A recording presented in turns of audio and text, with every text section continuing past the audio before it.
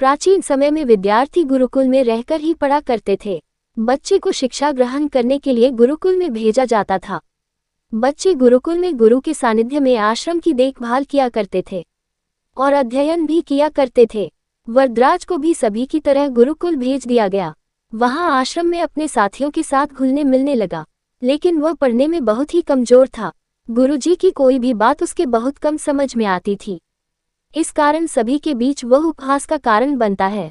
उसके सारे साथी अगली कक्षा में चले गए, लेकिन वो आगे नहीं बढ़ पाया। गुरुजी जी ने भी आखिर हार मानकर उसे बोला, बेटा वरदराज, मैंने सारे प्रयास करके देख लिए हैं। अब यही उचित होगा कि तुम यहाँ अपना समय बर्बाद मत करो। अपने घर चले जाओ और घर वालों की काम में मदद करो। वरदराज ने भी सोचा कि शायद विद्या मेरी किस्मत में नहीं है, और भारी मन से गुरुकुल से घर के लिए निकल गया। दोपहर का समय था। रास्ते में उसे प्यास लगने लगी।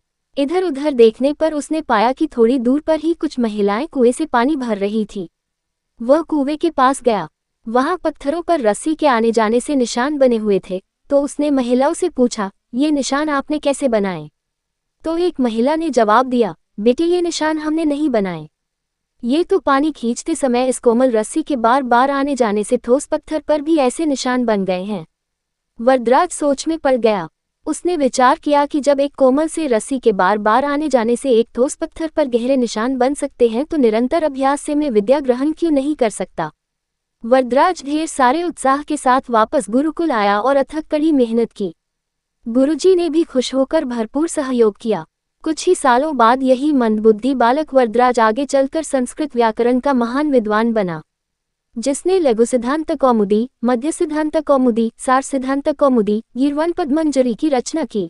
शिक्षा मॉरल। दोस्तों, अभ्यास की शक्ति का तो कहना ही क्या है। यह आपके हर सपने को पूरा करेगी। अभ्यास बहुत जरूरी है, चाहे वो खेल में हो या पढ़ाई में या किसी और चीज में। बिना अभ्यास के आप सफल नहीं हो सकते हो। अगर आप बिना अभ्यास के केवल किस्मत के भरोसे बैठे रहोगे, तो आखिर में आपको पछतावे के सिवा और कुछ हाथ नहीं लगेगा।